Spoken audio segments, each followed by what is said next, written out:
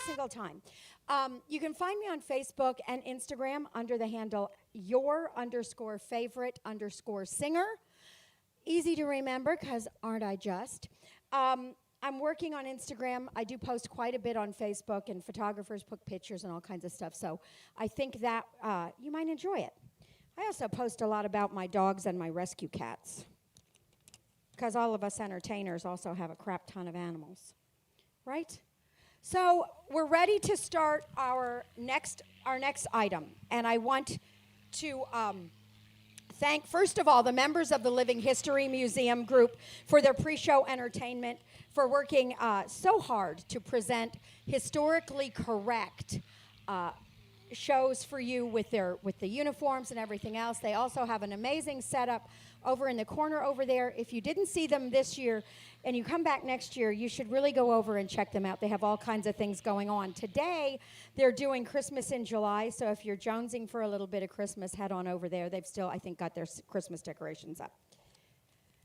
Also, so, let's see. On behalf of Connie Bolin, who is the founder of Warbirds in Review and also the coordinator and executive producer and part of EAA Warbirds of America, I want to welcome you to our final show here at Warbirds in Review. This is EAA Warbirds of America's 60th anniversary and the 21st year of displaying significant historical aircraft alongside the people who own, maintain, and fly them. Starting from humble beginnings, this really did start from very humble beginnings. The presentations have developed into world-class programming for you here in the audience and people around the world to enjoy. I'm ready to kill this wind. There. All righty. And I want to extend a particular thank you to Ron and Diane Fagen and the Fagen Fighters World War II Museum in Granite Falls, Minnesota, because they designated the beautiful building you see behind us where all of this production takes place. The videos that you get to watch, all of that happens because of this building allowing this level of production to happen. Also, a special thank you to Jim Hagedorn and the ScottsMiracle-Gro Company for their long-lasting and continued support as well. Our mission is to recognize and honor the veterans who served their country as we entertain, educate, and continue to record history, heritage, and heroes in their own words. Thank you for being here to be part of the program. It's produced by Kyle Guyette, and it's a world-class production thanks to Scott Guyette and the very talented air-to-air production team. If you would, at this time, please direct your attention to the Jumbotron for a video introduction to today's performance. Thank you.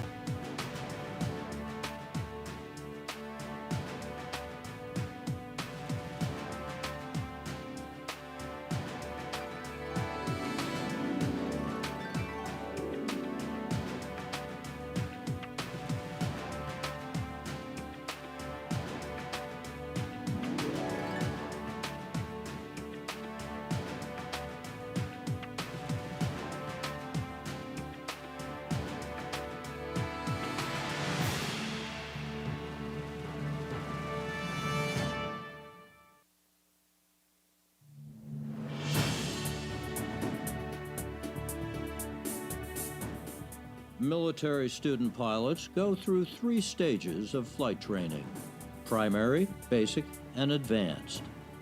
In the late 1930s, American military pilots were still getting their primary flight training in biplanes, even though basic and advanced trainers were low-wing aircraft. Fairchild Aircraft Company saw the need and designed the M62, a low-wing trainer with a tandem cockpit and fixed landing gear. The prototype first flew in May of 1939. In competition against 7 other designs, the M62 won the Army's initial contract for 270 primary trainers. The Army designated the airplane PT-19. The M62 design went through several variants, most involving different engines. From the firewall backward, the design remained largely unchanged throughout World War II and beyond. In all, about 7,700 were built. To meet the Army's demands for the M62, Fairchild enlisted more than 24 subcontractors. Howard Aircraft, St. Louis Aircraft, and Fleet Aircraft of Canada.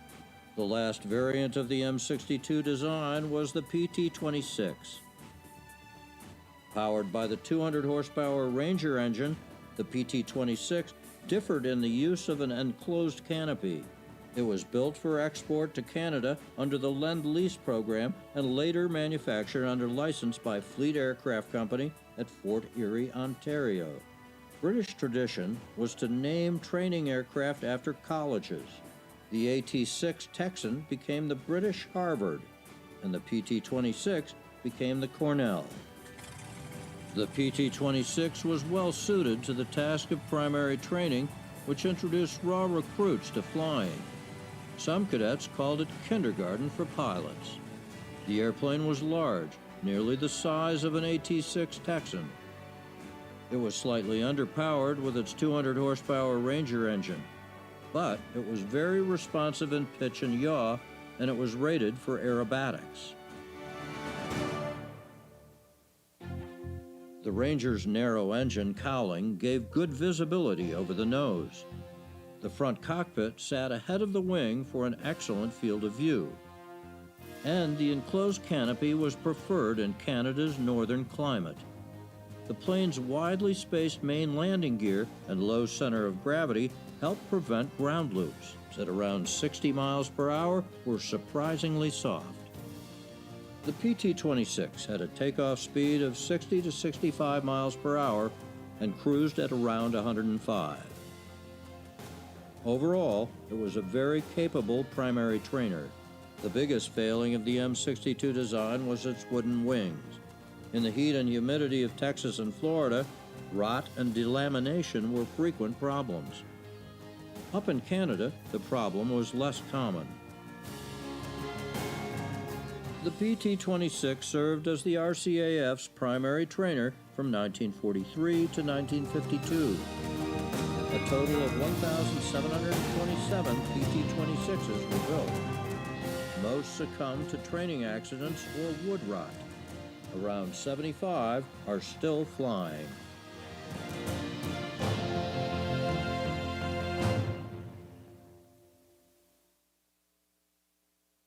Go. Dave first. Danielle, great.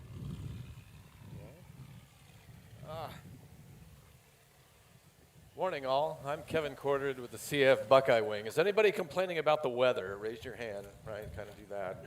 We kind of got lucked out on this, but we're super excited to be here, and we're going to hopefully answer the question, why would anybody fly all the way from Ohio or drive up here to come up here for the segment? And we're going to kind of talk through that here in a little bit. So we'll start off with some introductions. We're going to talk a little bit about the airplane. We're going to talk about its history with women's air service pilots. And we're going to talk about a lot of the people development we're actually doing within the CAF. So I want to thank the EAA, Warbirds in Review. I want to thank the Commemorative Air Force for helping us to get here. I want to also recognize Kyle, who I'm surprised, she's on our last segment. I'm surprised the poor thing is about ready to fall over. Also want to thank Scotts. Scotts actually maintains our grass runway down in Union County. It's so nice, it gets mistaken for a golf fairway. There we go. We'll wait till he go ahead and clears the runway, and then we'll get going. So we're gonna start out with some introductions, and we're gonna start actually with Dave Holden, who's all the way on the end here. Then Danielle Reese, then Jen Solinger, and I'll do a little introduction. We'll have a nice little round table. We're actually gonna have some question and answer segment at the end, and when we get through everything. So Dave, why don't you go ahead and introduce yourself? Hi, I'm David Holden. We maintain the PT-26 down in Marysville, Ohio, and I'm a pilot for JetBlue. I am Danielle Reese, a 30-year veteran of the Army who found aviation very late in life, which brought me eventually to the Commemorative Air Force. I do education and history for the Buckeye Wing. And I'm John Solinger. I fly for a major airline for the day job, and I've had the privilege of being the operations officer of our CF wing and Buckeye Wing in Marysville, Ohio. And as I said, I'm Kevin Corderid. I'm with the CAF. My day job is I'm an IT guy, right? I work for Accenture, so I'm the luckiest person here at Oshkosh because I get to fly that. And we can talk a little bit about the path to do that here in a little bit. So we're going to start right in and actually talk about the airplanes. So Dave is actually co-owner of a FBO and maintenance shop at Union County. And he started working on these, and he had some Warbird experience replacing, fuel pump on a Corsair and whatnot. But Dave, talk about the history of that airplane, and then we'll talk about we got a maintenance question we'll do. Yeah, so this PT-26 was actually built in Hagerstown, Maryland by Fairchild, as opposed to most of the PTs were built by Fleet in Canada. And a little bit of the history of this airplane, it actually landed in Columbus, Ohio on its way out to Canada when it was delivered to the Royal Canadian Air Force. And we believe that this is one of the lowest hour PTs. It has under 700 hours total time. And so you work on Moonies, and you work on Bananas, work on Cessnas and whatnot. So you're given this time machine. It's like, what's unique about it from a maintenance and repair and all that experience? Well, the most unique thing about this PT is the wood wing. The whole carry through, the spars, everything is wood. It's quarter-inch plywood skins. So we take great care inspecting it with borescope cameras to look for delamination because it is 81 years old at this point. And there's not a lot of people that know wood composition and whatnot. It is kind of unique. By the way, you couldn't get a piano or a chest of drawers in World War II in Maryland because they shut down all the factories and directed all the output to make Fairchild trainers. So it's kind of hard to get a piano in World War II because all the wood production went to making these. So, okay, Danielle, tell us a little bit about this airplane actually coming to our hometown Christmas Eve, 1944. This is such an amazing story. The Women Air Force Service pilots, their first mission when they were formed was to deliver aircraft from factories to training sites and ports of embarkation around the country. The Newcastle Army Air Base was effectively right next door to the Fairchild factory. So the 2nd Ferrying Group of Newcastle ferried the PTs and all its variants across the country. This particular model was built about October of 43, we think, and it was ferried by the 2nd Ferrying Group through our hometown in Columbus, and it spent Christmas Eve, 1943, in our hometown at the Lockbourne Army Airfield. From there, it went on 3 more days of travel, 1,170 miles to get to Winnipeg, Manitoba. So this aircraft came through our hometown, was ferried by Women Air Force Service pilots, we believe, and is a lot of connections to our hometown and our aircraft. The route we flew to get here this weekend was that same route that this airplane flew 81 years ago. So if anybody wants to complain about flying in the winter, what about taking that in Ohio December? You better wear about 5 pairs of socks from the looks of it. But this airplane does have a big heritage as a mark in training women's air service pilots. So one of my mentors I'll talk a little bit more about was Bee Haidu, right? She was a WASP. She passed away a couple years ago I think she was 101. But she offered up some really, really good steer about flying this plane. And now we're going to have John talk a little bit about flying it. So John, you fly a lot of stuff. You got your own airplane and whatnot. So you're confronted with this, and it's kind of like, what do you do? What's unique about it, and what's kind of the same maybe with other airplanes? So I look at this airplane, and PT stands for primary trainer. People who haven't flown anything before get into this for the very first time. So it's designed to be very forgiving. So we already saw in the video that the wide landing gear will help with directional controls. We saw a little bit of a comment about, new pilots learning to flare. Sometimes they flare late and maybe bounce, and sometimes they flare too early and maybe drop the airplane in. The landing gear is very forgiving in those instances.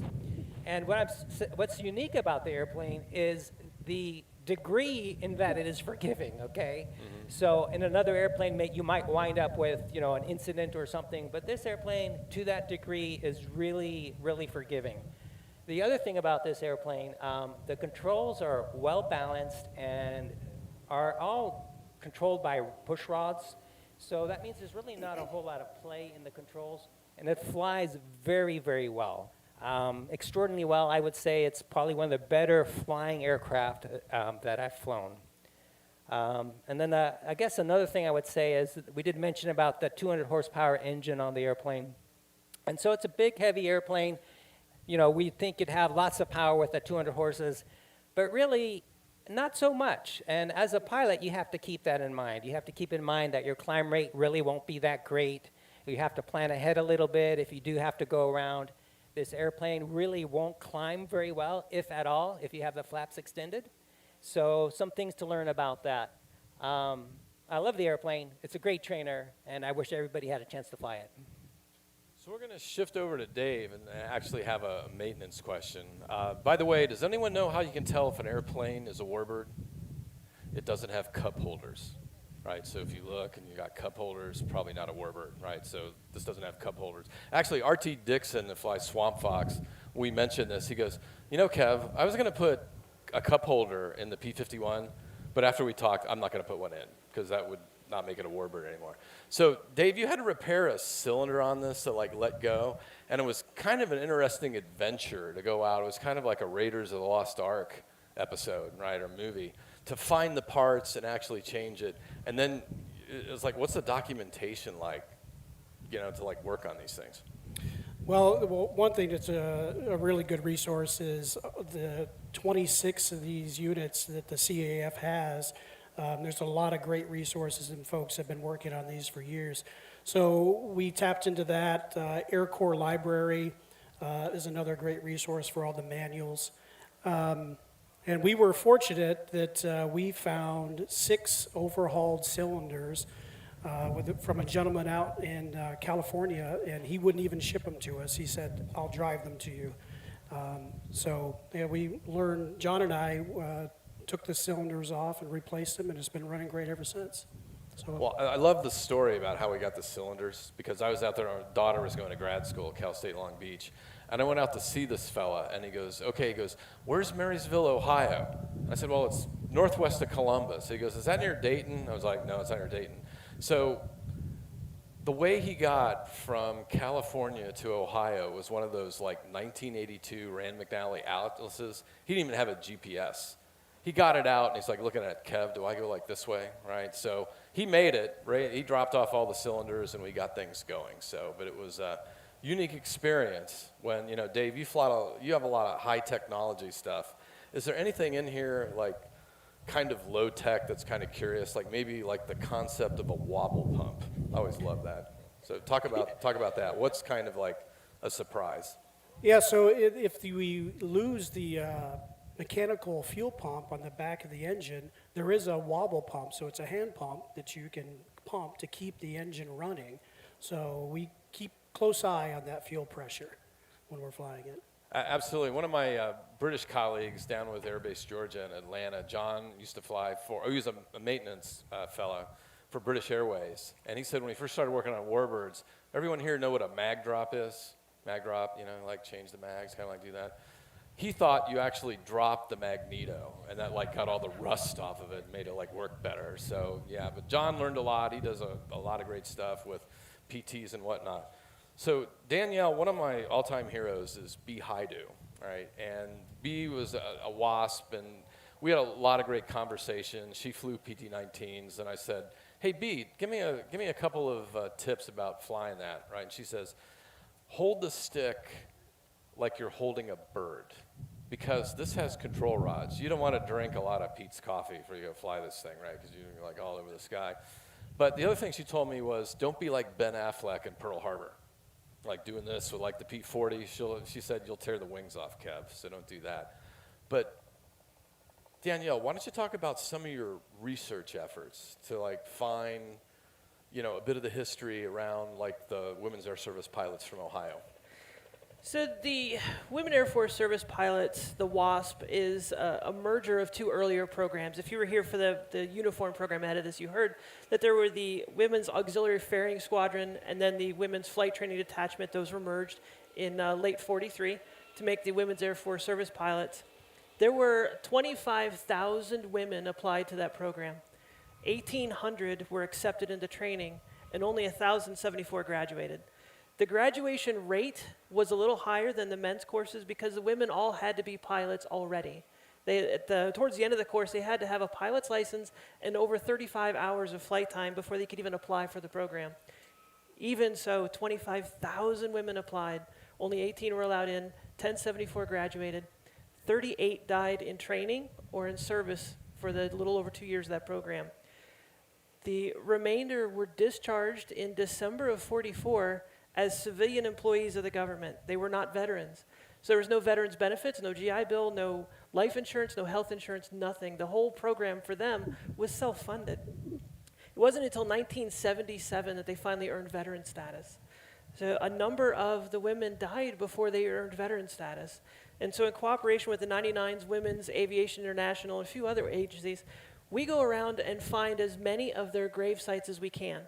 There are 24 buried in Ohio, and every year between the 99's, the Scioto Valley chapter of the 99's, and the Buckeye Wing, we travel about 2,000 miles visiting every one of those cemeteries, identifying those graves, giving them the military honors they deserve. So it's very, very important for us to continue that heritage and to respect and present that legacy that they put up for us. Great, thanks, Danielle. Absolutely wonderful research effort, and you're going into like all parts of Ohio trying to find these graves. We talked about one in Youngstown yesterday and whatnot. I think it's just, so within the CAF and, EA Warbirds is the same way. I joined the CAF in 1998, and I came for the airplanes. Ooh, look at the Dauntless, right? Look at the Mustang. I actually wound up staying for the people, and we're going to talk about that here in a little bit. In fact, I want John to talk a little bit about maybe one of the biggest like surprises or kind of like things that he noticed. So General Chuck McGee, who passed away I think about a year and a half ago, Chuck was one of my mentors, and he started out flying PT-19s down in Atlanta before he moved up and then went to P-51s in Italy and whatnot. And I said, hey Chuck, give me a couple tips, right? First tip was, he said, Kevin, the airplane doesn't know who's flying it. He says, it doesn't matter what it is, you got to know every nut and bolt on this thing. I don't care whether it's a PT or a Mustang. And I was like, okay, Chuck, that's some pretty good advice. I said, what's the second point? And he goes, you got to get out of Columbus, Ohio, because it's the coldest place on earth. And he was from Alabama, right? He asked me how many snow blowers I had in the garage. So, but yeah, I miss Chuck a lot, right? He was a real good mentor. So, John, when you first started flying this thing, like you and Dave flown all sorts of stuff, right? So was there anything that jumped out at you that's kind of unique that you tell Yeah, students? actually there's two things. Two things. First things, open the window on takeoff and landing, right? How often do you get to do that, right? Yep. And the reason for that is your escape method if anything should go wrong, okay? So the canopies remain open for takeoff and landing. And then the other thing, too, is slipping the airplane. It really has two characteristics. If you slip the airplane in a very shallow slip, it kind of behaves like a normal airplane. You steepen up the slip a little bit, and it tends to tuck the nose on you a little bit. So those are two characteristics that we kind of learned and kind of go with that a little bit. So yeah, those right off the bat, top of my head, those are the two things I can think of. So maybe one other thing, and I remember you and Dave pointing this out. So I'm conditioned to do like full flap landings in the PT, and they're not really flaps, they're like spoilers. And I'm doing like these Stuka approaches, right, to go land on the runway. But talk a little bit about the flaps and the importance of them, because I think that's kind of unique. Okay, so the flaps, first of all, they have a flap extension speed of 95 miles an hour, okay? Beyond, if you're higher than that, you do risk damaging some structural damage to the flaps. And there's a mid position and then a full position. In the full position, like you said, Kevin, it's really kind of a very steep approach, and it requires a little bit more accuracy in flaring out, rounding out, and landing. So if you read the manuals, it says experienced pilots should be the ones using full flaps. I think with just a little practice, it's really not that much of an issue. The other thing is with just one notch of flaps, it kind of glides what I would say like a typical airplane, all right? Maybe a little steeper glide angle. And then with no flaps, it's actually a pretty good glider. You get a nice glide rate with the flaps up. So what I find unique about that is the difference in glide angle with the different positions of the flaps. And you do really notice that in this airplane. No, that's helpful, right? Because you know, all these airplanes that, you know, they were put together before there was the FAA, the NTSB, you know, manufacturing standards and whatnot. What I heard is when they ship these, they actually put an extra set of wings in the container because they figured the students were so bad they would tear up the wings anyway. So let's just ship a spare set, right? You know, I think a couple things, right? I've got 140 hours flying PTs, and I always say it's not 140 hours. It's 1 hour 140 times because you always pick up something new. But I remember the first time, because I was flying the Airbase Georgia PT down there that's actually got a Tuskegee heritage. And the first time I pulled the canopy back, I was like, this is for me, right? It just felt so neat. Who's coming over? Oh, there we go, nice B-25.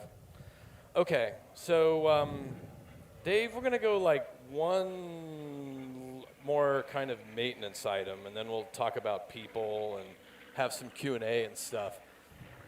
What is the thing that you, from a maintenance perspective, you find the most vexing about this? Or it's kind of like, oh, you know, I wish this was like a Mooney or like a modern plane. Well, it comes down to the Ranger engine because there's just not a lot of parts available. We were down for 6 weeks just to get the fuel pump repaired. Yep. There's just a lack of parts for these airplanes out there. And unlike a lot of the other Warbirds that fly under the experimental exhibition, this is a certified airplane. It's the M62. So it has a type certificate data sheet. We have to follow the airworthiness directives. So it kind of ties our hands a little bit where we could use different equipment. Great. Danielle, so we were talking in the car on the way up from Ohio, and we were kind of comparing notes, right? And this is going to lead in a topic about how it's so important to preserve the organic domain knowledge about like flying airplanes like this, because all that knowledge, it doesn't show up on the internet. It's not in a manual, right? So it's something that we strive quite strongly to kind of preserve. But what are, you know, because Danielle, you've flown all sorts of stuff, helicopters, so Danielle can like pat her stomach and her head at the same time, right?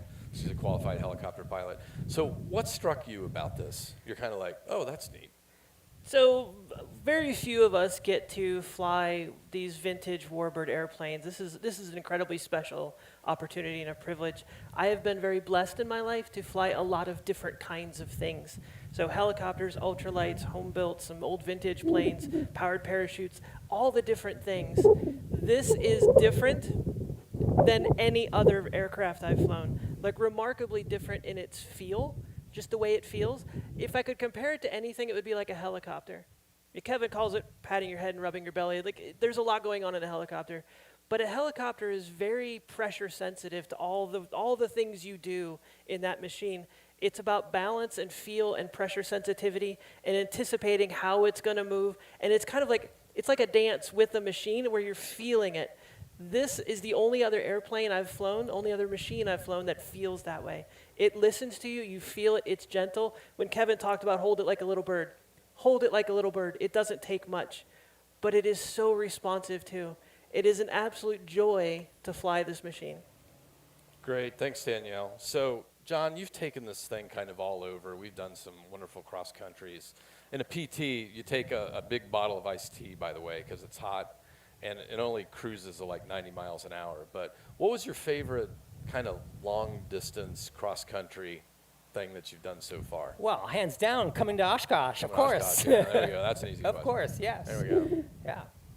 And So- what was it like? Because you had to like do fuel stops, right? And Yeah, how many so, of those? so you know, doing a 2-hour leg is probably a good thing in this airplane, and it gives you just a chance to stretch your legs and top off and kind of consider the next thing.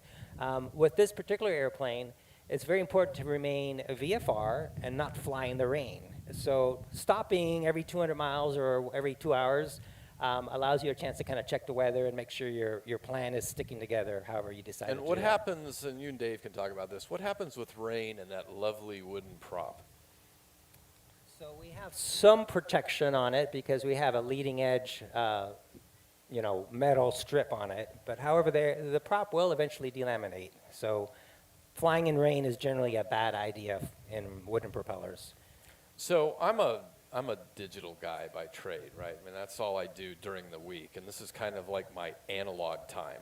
So one maintenance thing I want Dave to comment on, I'm going to kind of demonstrate this really quick.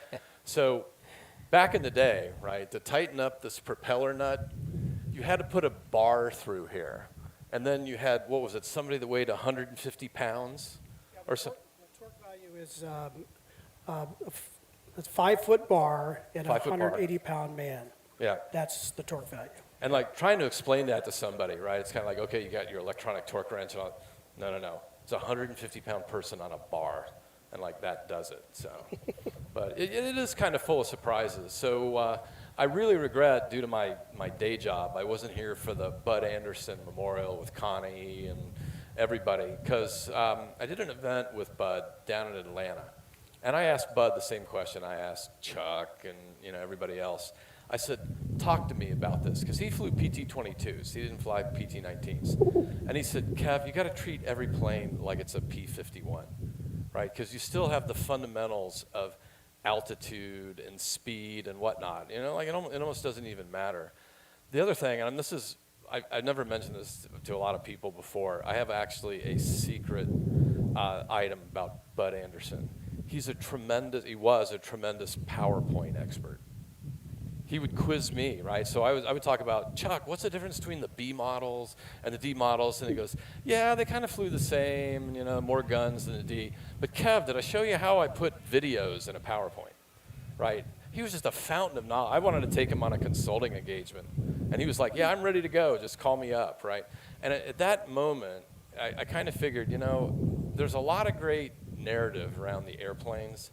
There's even more narrative and work to have around developing the people, right? And one example, Matt, I want you to raise your hand, Matt Chen, right? As Hank, our CEO of CAF mentioned yesterday, we're really developing the next generation, not only of pilots, but also crews, maintenance people, and whatnot, right? And that's so important because a lot of the stuff isn't written down. And so Danielle is also part of that, because Danielle, you're about ready to get checked off, right, and be flying this. So one point around the people I'll mention is kind of funny. So there were two young women from Ohio State University Aviation program, Sophie and Sarah. I think they'll probably join the CAF and start flying this, but they're busy with school. They're busy getting their CFIs and whatnot. And they asked me, we put them in the plane. They said, well, where's the GPS, right? Where's like the G1000? And I said, well, here it is. Here's your GPS, right? It was the phone. And then we started talking about the flaps and how critical they are for air speeds and landing. And they said, well, where's the flap switch? No flap switch. Well, where's the nice big lever, like in the Piper Arrows you pull up? Don't have that, right? And so there's a little lever on the floor. You literally have to reach down like this. This is why I go to yoga once a week, just to fly this thing, right? It's kind of like, yeah, you gotta like pick it up. And it was so interesting just to kind of watch their reactions of going from a highly digital world to like, something analog. And so and we'll move to the Q&A here. I got maybe a couple other things to say around people development. But Dave, how does flying the PT, how does that make you feel when you fly it? My favorite time to fly this airplane is in the evening, just before sunset. There's no wind. And we have a fantastic runway out there in Marysville. And this airplane is consistently the best landing airplane I've ever flown. There are times you land, and it's not me, it's the airplane for sure, that you're not quite sure if the mains are on yet. So it's magical. Danielle, how about you? You're about ready to get checked off, and you're kind of absorbing and drinking from the fire hose around like the PT. How does it make you feel? I mentioned that this is a blissful experience to fly this machine. It is so comfortable, it's so interesting, so engaged and visceral. but I'm struck by the weighty sense of responsibility. There's only 75 of these left flying. This one has some of the lowest hours of any of them that are flying. This is an incredibly precious piece of history. It's a very precious artifact to me, to the organization, to the world. So flying this, as joyful as it is, as much joy as that brings me, it also brings a sense of responsibility to fly it well, to protect it, preserve it, and demonstrate it with the respect and honor that it deserves to carry on this legacy. So it's both satisfying, but also it's important. It's more than just fun. John, how about you? Because you and Dave fly, high-tech airliners, and you got your own aircraft and RVs and the Baron and whatnot. How does this make you feel? So I would say the best compliment I can give this airplane is I really like flying it, and the more I fly it, the more I like it. How often does that happen, right? The more you do something, the more you like it, and it's just been kind of a really wonderful experience so far. I'm going to actually kind of follow that along here a little bit. When I think for me, how this makes me feel is when I go do solo cross countries, right? And you're just kind of going up to like Akron from Columbus or go up to Lorraine. And I try and go, like Dave says, either in the morning or like early evening, because it's just like magic, right? It's just beautiful views. It's just you out there. And, frankly, some of the time, I think B and Chuck and now Bud are like sitting in the back seat when I'm doing the solo, right? It's just kind of nice to be, understand the people side of this. But that's the thing we're really, really keen on. So anybody here seen the Hobbit movies, right? Peter Jackson and like all that? Okay, so I was talking to Tom Martin, one of our members, and he's got a buddy, Fred Murren, that actually works in New Zealand with Peter Jackson.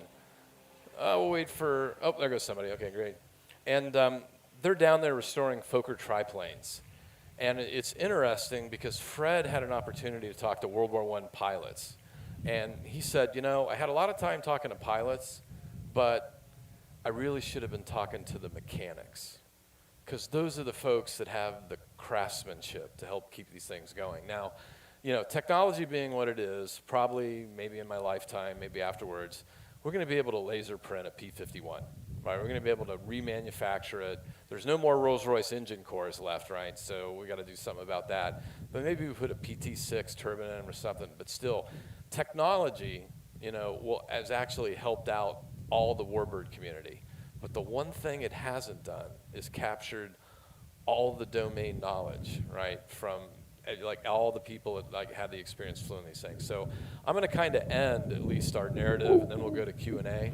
I have a fella, one of the founding members of the Air Base Georgia. He's Vic. He was a reconnaissance Spitfire and Mosquito pilot, and I was at one of the Christmas dinners, and I said, Vic, give me a flying tip, okay? You've flown just about everything and whatnot, and he goes, always keep your throttle locked tight. And I was like, what? And he's like, yeah. He says, I knew this guy, right? He was on holiday. And he went to an OTU unit, and he picked up a Spitfire 2. He was going to go fly it around. And he didn't tighten down the throttle friction screw. And if you know anything about Spitfires, right, the throttle and everything just, like, comes back. I was lucky enough to fly one of the Monk family Spitfires over in the UK a couple years back. And you just have to be super careful. And he goes, this guy had the throttle and everything come back on him, and he actually put it between two trees and tore the wings off, and Spitfire, because they got the door, it's on the side, and they actually had to dig them out. And I said, Vic, you sure know a lot about this, right? You got a lot of details. He goes, Kevin, always keep your throttle friction lock there. So, even in 172s, I kind of like give it a little extra twist for Vic. So anyway, that actually concludes our kind of like formal narrative. We've got some walkers around with mics. No math problems, please. Okay, I haven't had enough coffee yet. But let's go ahead and have some great questions. I have about 110 hours in the PT, and it's a wonderful plane. The only vice is the Fisk approach controllers always call it a chipmunk. But when we landed, or when we would fly this, the only real problem we had was the tail wheel. It was always the Achilles heel, so we always tried to have tail low wheel landings, which worked well. Oh yeah, absolutely. Have you solved that problem in your wing? And anybody who does should be nominated for the Nobel Prize for Physics, by the way, because this is actually a physics problem. Dave, you want to comment on that for the... Yeah, I just try to block that out because that is the bane of my existence with this airplane, yeah. But we took the tail wheel all apart this year, cleaned it, we did some modifications to it, and so far, knock on wood, it's working well, but we had a lot of shimmy last year, for sure.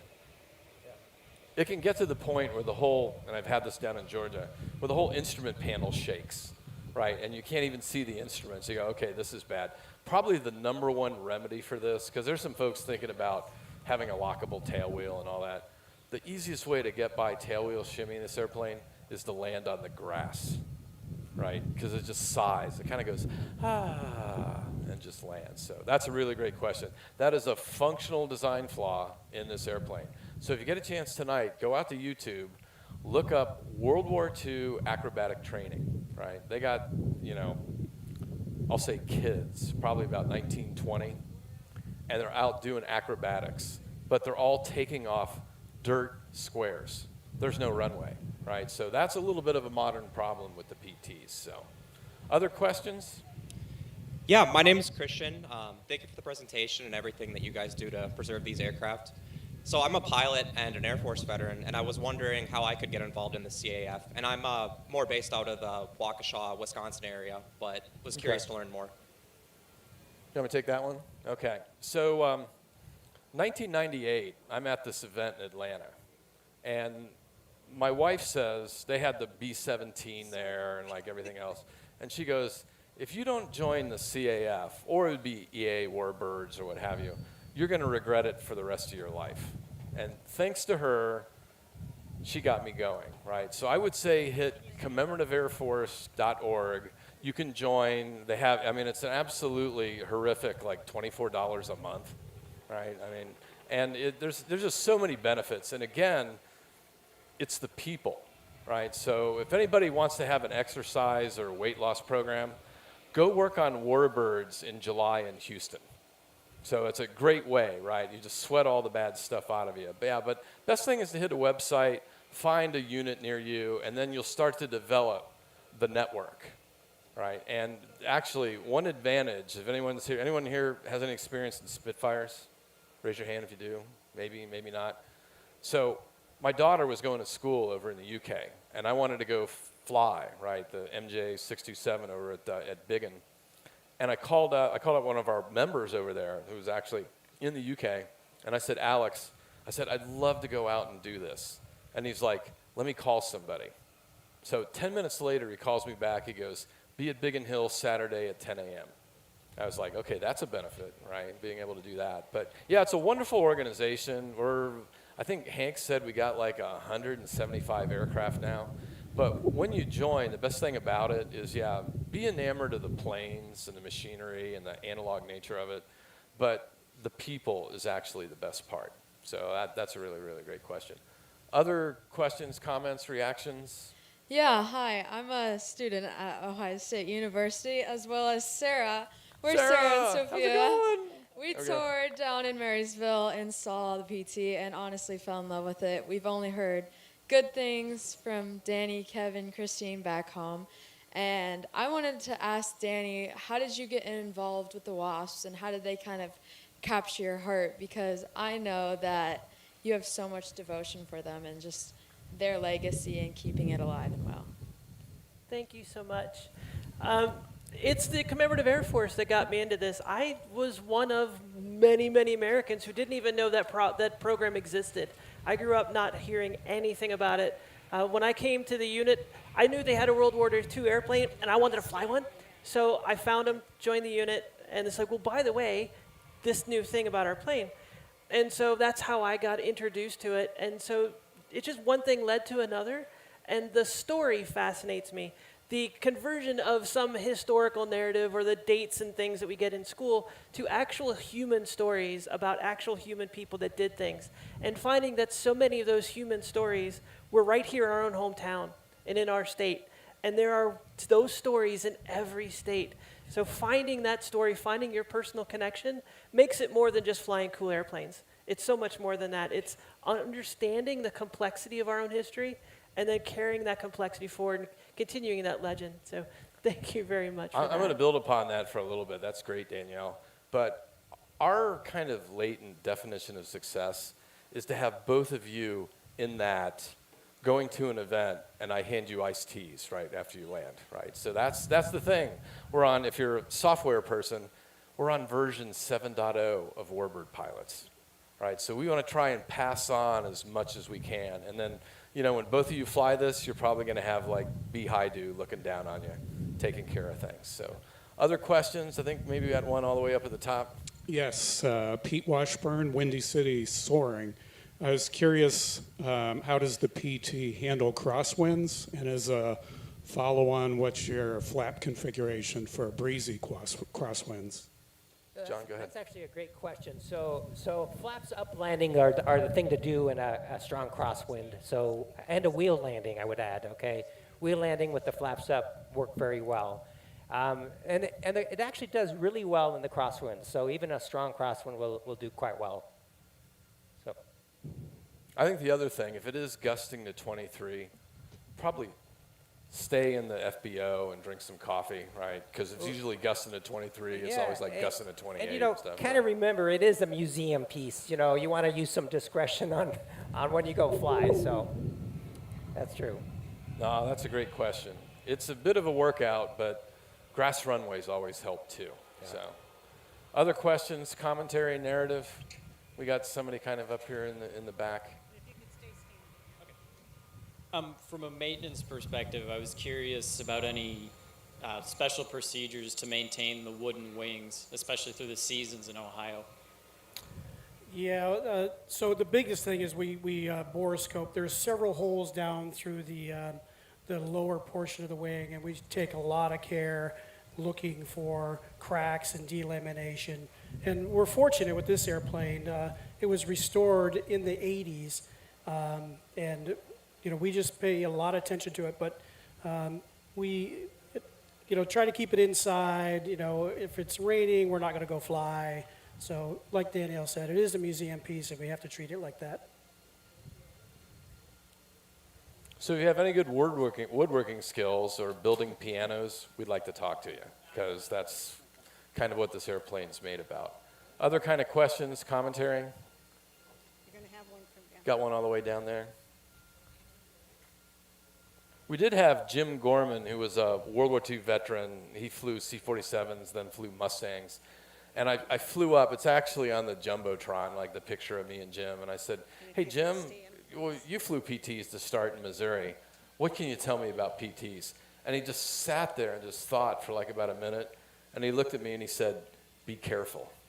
It's like, okay, I can roll with that. He was a wonderful man. Go ahead, next question. Okay, this question is for Dave and John.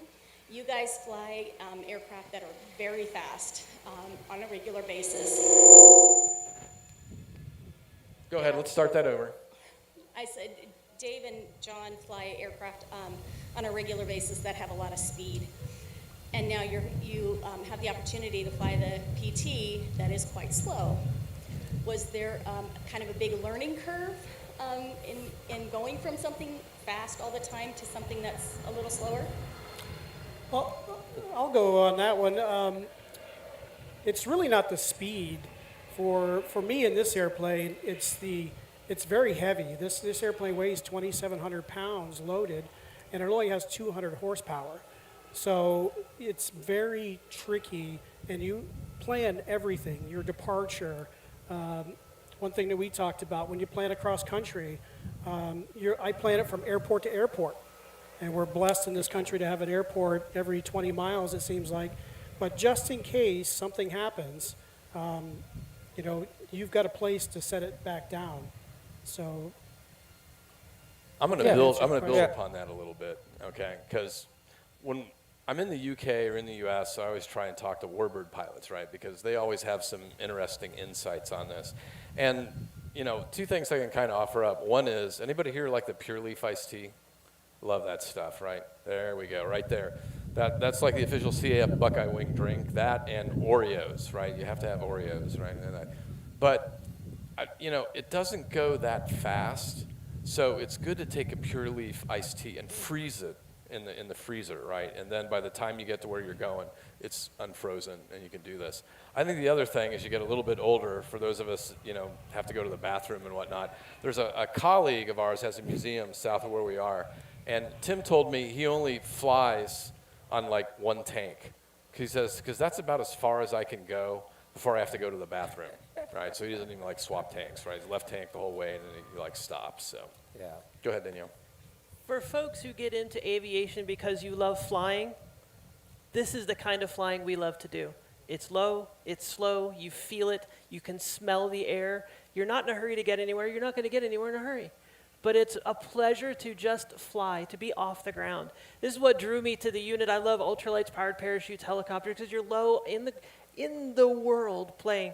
When I was working on my airplane single-engine land for regular fixed-wing aircraft, my instructor kept asking me if I was afraid of heights, because I'd set a cruise altitude about 2,500 feet. He's like, no, we can go higher. I was like, why would we? It's so much cooler down low. That whole flying down low, being connected to the air, connected to the land, it's not about the destination, it's about that journey. So one of the things we're going to ask at the end of this, right, is if you can, go seek out a veteran, go seek out somebody that knows old airplanes, and just ask them, right, about their experiences with this. I could tell, I've been to Andrews Air Force Base a number of times for their big show, and I can always tell the veterans that like flew these planes, because they're not up at the fence saying, well, John Wayne flew that in Flying Tigers. Well, no, he didn't, right? They always stand like 20, 30 feet back, and they just look. And I was fortunate, one of the times I was Andrews, there was an older woman that was looking at our Mustang, and I walked out to her and I said, you used to fly these things, right? And she goes, yeah, I was a North American delivery pilot for P-51. She had like 650 hours in Mustangs. And I got my little book and I said, you just keep talking, right? And we're just going to go take notes. But that's kind of the takeaway and the mission that you could help us out with, is really to start to get that organic domain knowledge around flying this. And I'll leave you with one kind of funny story. I don't think he's here this weekend, but Kurt Volker is a Warbird pilot that he does acro stuff and all this, but he's flown the E, the F, and the G models of the ME-109. And he was telling me a story with Oscar Besch, who was a Luftwaffe ace he was talking to. And he said, Oscar, tell me about flying the 109. He goes, well, this is true of like every airplane. He literally grabbed Kurt's hand and said, imagine you're sliding a glass of wine across a table to a friend. That's how smooth you should be with the throttle inputs in the 109. So it's kind of like every time I take this off, I'm just thinking of Oscar sliding that wine glass across the table. And so fortunately, number of takeoffs equal number of landings. So Dave, any kind of closing comments as we start to wrap up here? No, I just welcome you all to join the CAF, find a local unit. It's like they all said, I've known all these people at our airport, but I never truly knew them until we started our CAF unit. It's been a great experience. Danielle? Go find kids. Share your excitement. You're here because you love flying, you love old planes. Share that with kids. Show them there's a way. All the pilots in the room, in the audience, you found a way, but there are lots of other kids out there who don't know the way. Show them a way. Help them out. Absolutely. Thanks, everybody, for being here, number one. And, I'm happy to be here, and I'm smiling every day just because I can be here. I would love to share that with everybody else, too. So pass it on is what I say. Yeah. So I'll kind of close this out with two things. One, we're going to be around here afterwards if you want to come and kind of talk more and look around the PT and whatnot. But, I think all of us here, including myself, especially me because I'm just an IT guy, but we all started out with the model planes, right? I had the Cox PT-19 U-Control, which now would cost me like $250, right, if I got one. I was like dizzy from like doing that. And, even there's just a lot of people that kind of understand, like I said, that domain knowledge. And so anything that you can do to help preserve that, by all means. But again, we want to thank the EAA, Warbirds of America, especially Connie Bolin, because I've got a Buckeye Wing coffee cup for her when she comes by, so I got to do that, right? And also Scott's. So if you make it down to Marysville, the grass runway is easily mistaken for a golf fairway. It's so smooth. It made all my landings good, right? It's just like so nice. So anyway, thanks again. Appreciate your time. Enjoy the rest of the day. Take care.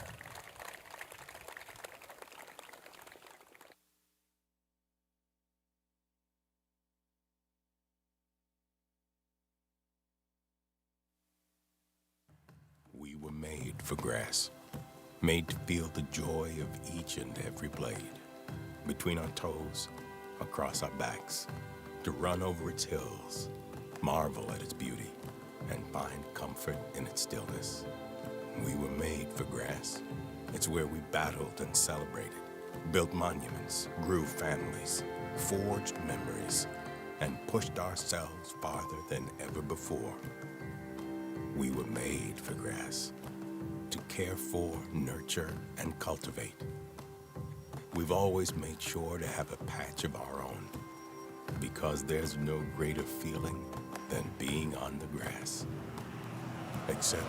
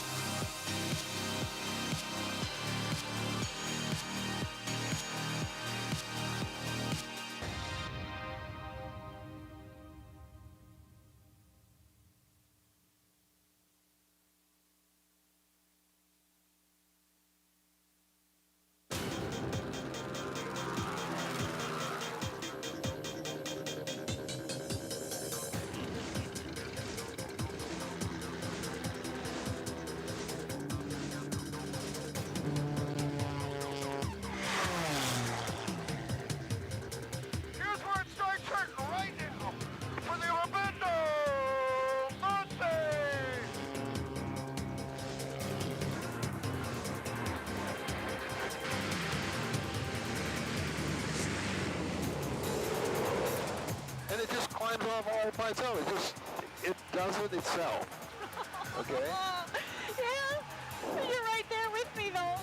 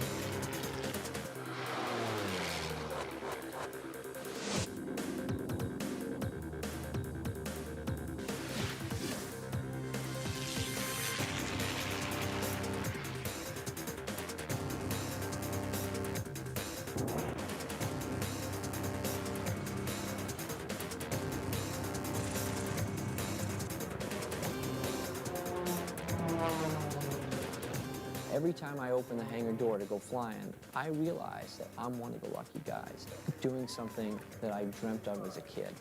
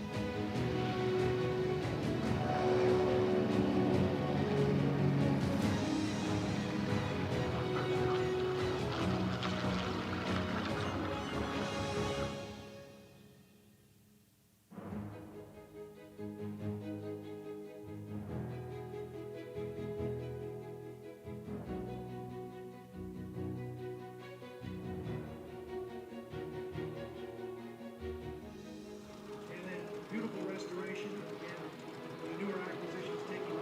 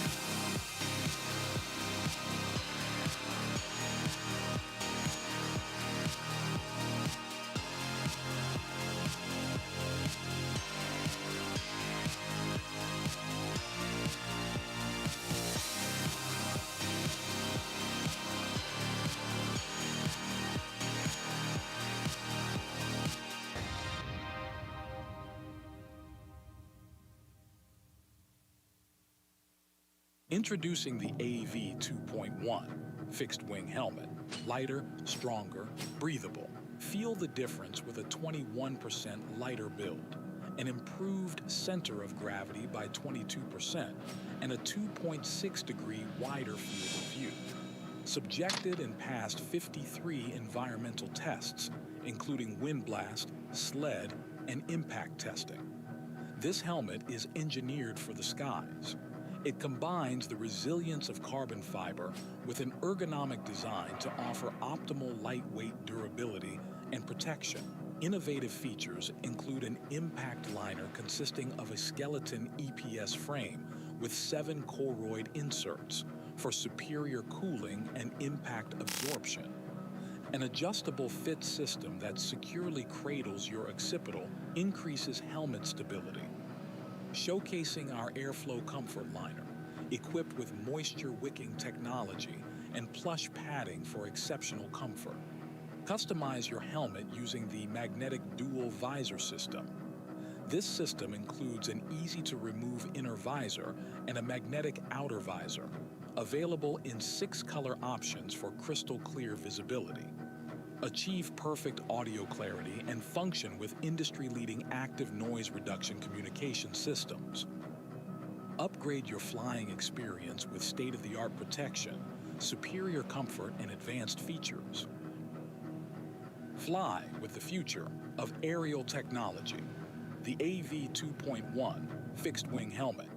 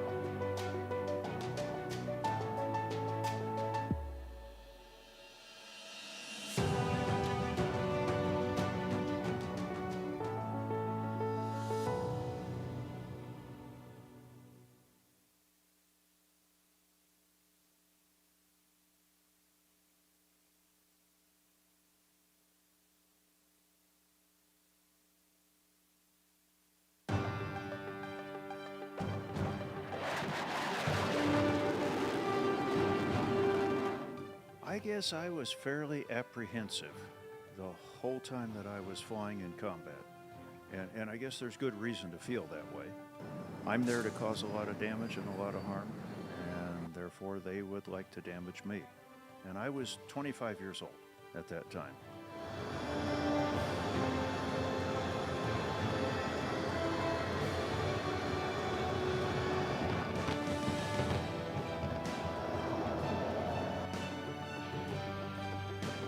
Top Gun was really a thrill. I must have done well in actual combat because at the time I was just a lieutenant junior grade, which is a first lieutenant in the Air Force. And so I may have been the very first lieutenant junior grade to go through Top Gun.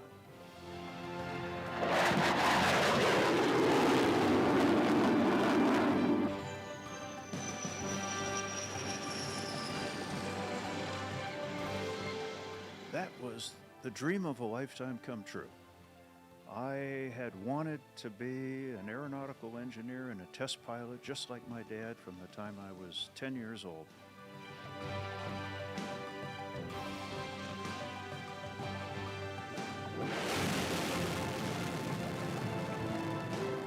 STS-27 was my third launch, and it was only the second launch after the Challenger accident.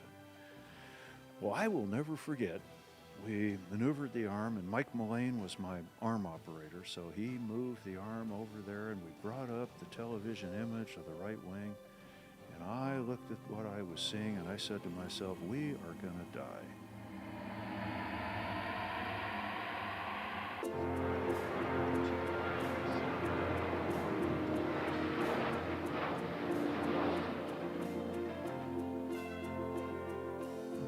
To be an airline pilot, there was mandatory age 60 retirement. I was a NASA astronaut until I was 50 years old.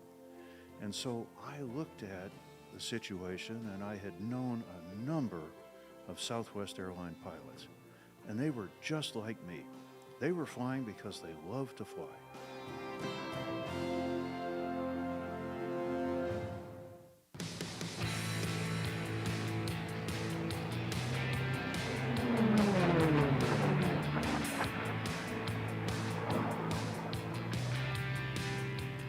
Well, there's a lot of piloting that goes into it, a tremendous amount of piloting that goes into it, because you're going to wind up passing other airplanes.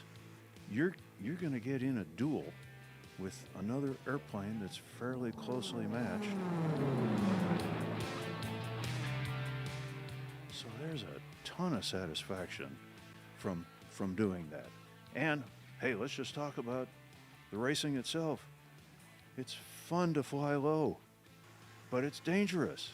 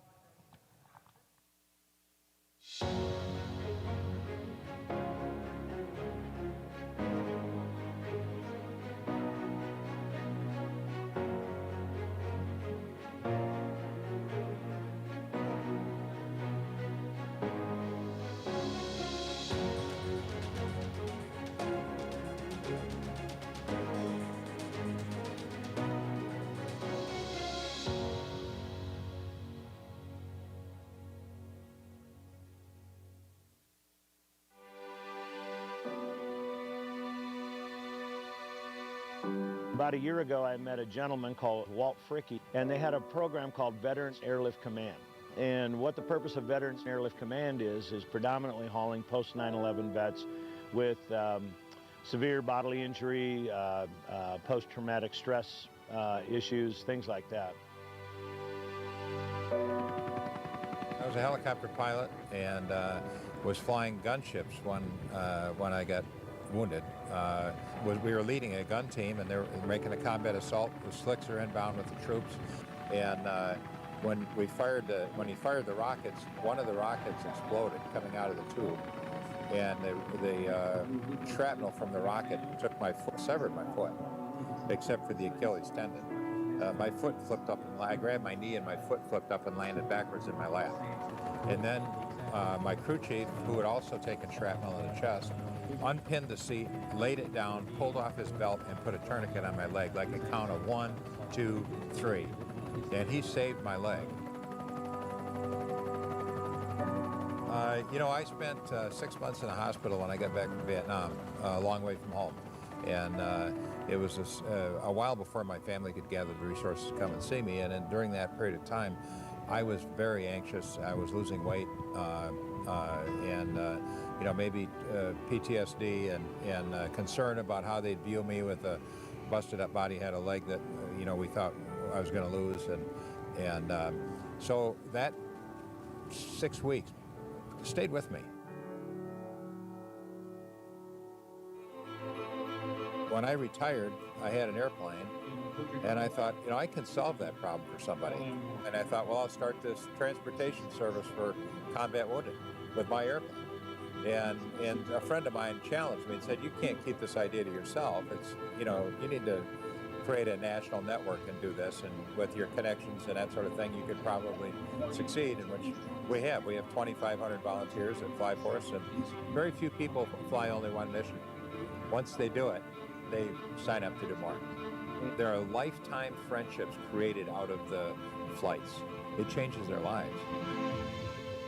I've never met a finer group of people. There's not a one of them that has this feeling sorry for themselves, or they don't have a chip on their shoulder about their condition in life, and everyone we've flown has just been exemplary, nice young men. My favorite story of transporting a vet, I reached into the baggage compartment and I grabbed his backpack when we got him back home, and his Purple Heart was attached to it, and it was the first time I'd seen it during the whole trip.